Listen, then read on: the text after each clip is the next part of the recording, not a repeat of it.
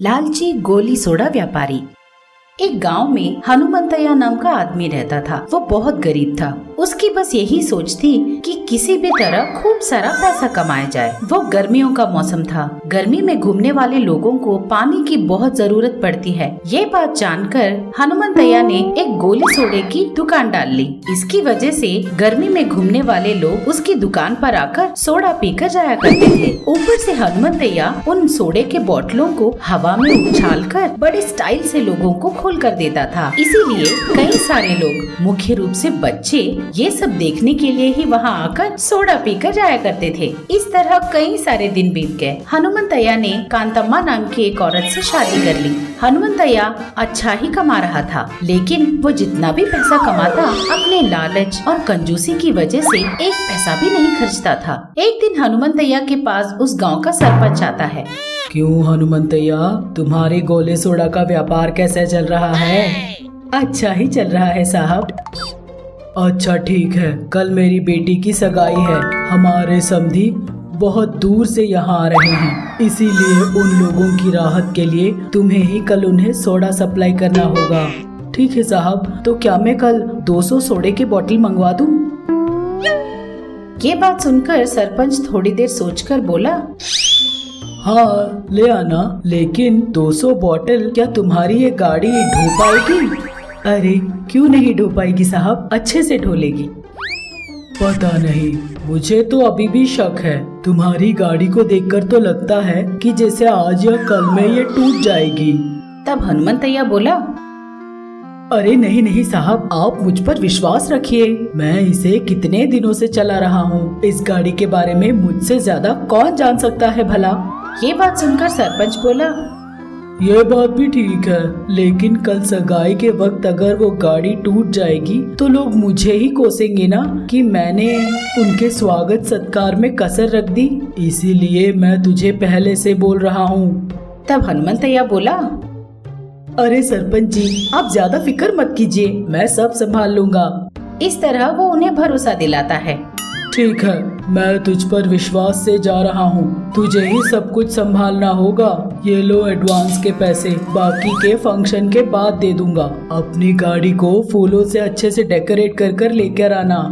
इस तरह समझाकर एडवांस के पैसे देकर चला जाता है। हनुमंतैया बड़ा खुश था। मन में सोचता है, सुबह सुबह पता नहीं मैंने किसका चेहरा देख लिया। इतना अच्छा मिला है कॉन्ट्रैक्ट। और किसका देखा होगा? मेरी पत्नी का ही चेहरा देखा होगा। इस तरह सोचते हुए बड़ा खुश होकर घर जाता है। घर जाकर वो अपनी पत्नी से बोला, अरे सुनती हो, कहाँ हो? जल्दी आओ। हाँ हाँ आई आई, इतना क्यों चिल्ला रहे हो? अरे सुन, आज सुबह सुबह मैंने तेरा चेहरा देखा था ना, इसीलिए मुझे एकदम बढ़िया सा कॉन्ट्रैक्ट मिला है। क्या सच में? कौन सा कॉन्ट्रैक्ट? अरे हमारे गांव के सरपंच जी है ना, उनकी बेटी की कल सगाई है। बहुत सारे लोग आने वाले हैं। कल उन्होंने मुझे 200 गोली सोडा लेकर आने का कॉन्ट्रैक्ट दिया है। इस तरह वो बड़ा खुश होकर कहता है। ये बातें सुनकर उसकी पत्नी बोली, आप बहुत खुश होलिए, मगर एक बात पूछती हूँ, बताओ तो, आपकी गाड़ी तो जैसे तैसे चलती है, ऊपर से उसमें 100 गोली सोडा डालना ही बहुत बड़ी बात होती है। ऊपर से उस गाड़ी का रिपेयर नहीं कराया और उसके ऊपर और 100 सोडा एक्स्ट्रा डालोगे तो वो रहेगा क्या? तब हनुमंतैया बोला, अरे रहेगा, क्यों नहीं रहेगा। वैसे भी मैंने रिपेयर के लिए कब मना किया? रिपेयर करवा लेंगे, आराम से करवाएंगे। इस तरह वो बात नहीं करता। तब कांतम्मा बोली, अरे अब ऐसा क्यों बोल रहे हो? कब आराम से करवाओगे? उस गाड़ी की हालत देखी है आपने? अगर उसकी रिपेयर करानी है तो अभी के अभी करवा दो, तब वहाँ ले जाने के लिए भी अच्छा लगेगा। तब हनुमंतैया बोला, अरे तू यूं ही फिक्र किए जा रही है, इतनी भी बुरी हालत में नहीं है वो गाड़ी। बस उस पर थोड़े फूलों से सजा देगी ना तो सरपंच के घर के पास बहुत अच्छा लगेगा। अच्छा, तो अब सजा दोगे लेकिन उसके रिपेयर नहीं कराओगे? अरे ऐसी बात नहीं है। अगर मैं उसे अभी रिपेयर के लिए दे दूंगा ना तो 2-3 दिन लग जाएंगे। उसकी वजह से मेरे 2 दिन का व्यापार का नुकसान नहीं हो जाएगा। इसीलिए रिपेयर के लिए देने के लिए मैं इतना सोच रहा हूँ। अरे आपकी लालच से तो मैं परेशान हूँ। वैसे भी क्या हमारे पास पैसों की कमी है? 2 दिन व्यापार नहीं होगा तो क्या होगा? गाड़ी तो रिपेयर हो जाएगी ना। देखिए, जो कुछ कहना था मैंने कह दिया, आगे आपकी मर्जी, सुनो या ना सुनो। इस तरह वो अपने पति को समझाकर चली जाती है। कांतम्मा के जाने के बाद हनुमंतैया मन में सोचता है, अरे ये क्या जाने पैसों का क्या मोल होता है।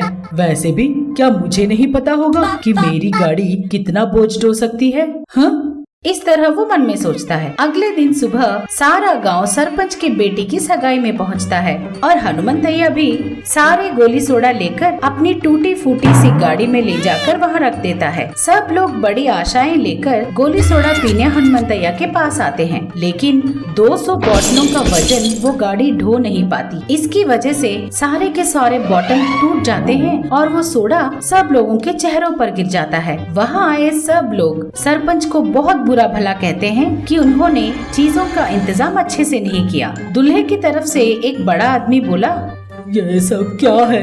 आपने तो कहा था कि आपके गांव में हमारा स्वागत सत्कार बहुत होगा, हम कभी भूल नहीं पाएंगे। लेकिन देखो तो ये है तुम्हारे स्वागत सत्कार। एक और आदमी बोला, अरे अरे देखो देखो, मेरे तो नए नए कपड़े थे, सब के सब भीग गए। ये सब क्या है? क्या इसी को इंतजाम कहते हैं? इस तरह कहता है। लोगों की बातें सुनकर सरपंच को हनुमंतैया पर बहुत गुस्सा आता है। वो हनुमंतैया के पास जाकर बोला, अरे मैंने तेरा क्या बिगाड़ा था? मैंने तो तुझे पहले ही समझाया था कि तेरी गाड़ी इतने सारे बोतलों का वजन ढो नहीं पाएगी, टूटी फूटी है। लेकिन तब तूने क्या कहा? नहीं साहब, मुझे मेरी गाड़ी के बारे में अच्छे से पता है। अब देखो क्या हो गया ये सब। तेरी वजह से मेरी सारी इज्जत मिट्टी में मिल गई।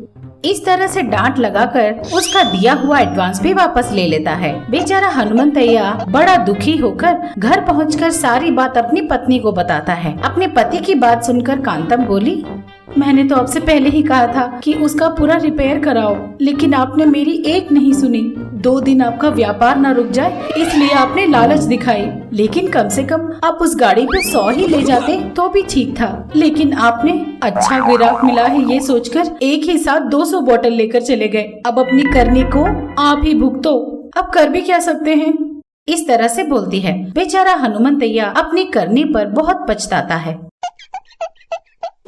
आप सबको प्रणाम। मैं आप सबकी मनपसंद सास हूँ। हाय, और मैं आप सबकी चहेती बहू हूँ। अब से आप लोगों का मन बहलाने के लिए और आप लोगों को खुश करने के लिए हम महा टीवी के साथ आप लोगों से मिलने आ रहे हैं। तो अब देर किस बात की, अभी हमारे चैनल को सब्सक्राइब कीजिए। नोटिफिकेशन के लिए घंटी बजाना ना भूलिए। आपको सास पसंद है या बहू पसंद है? कमेंट्स में जरूर लिखिए। देखते रहिएगा महा टीवी।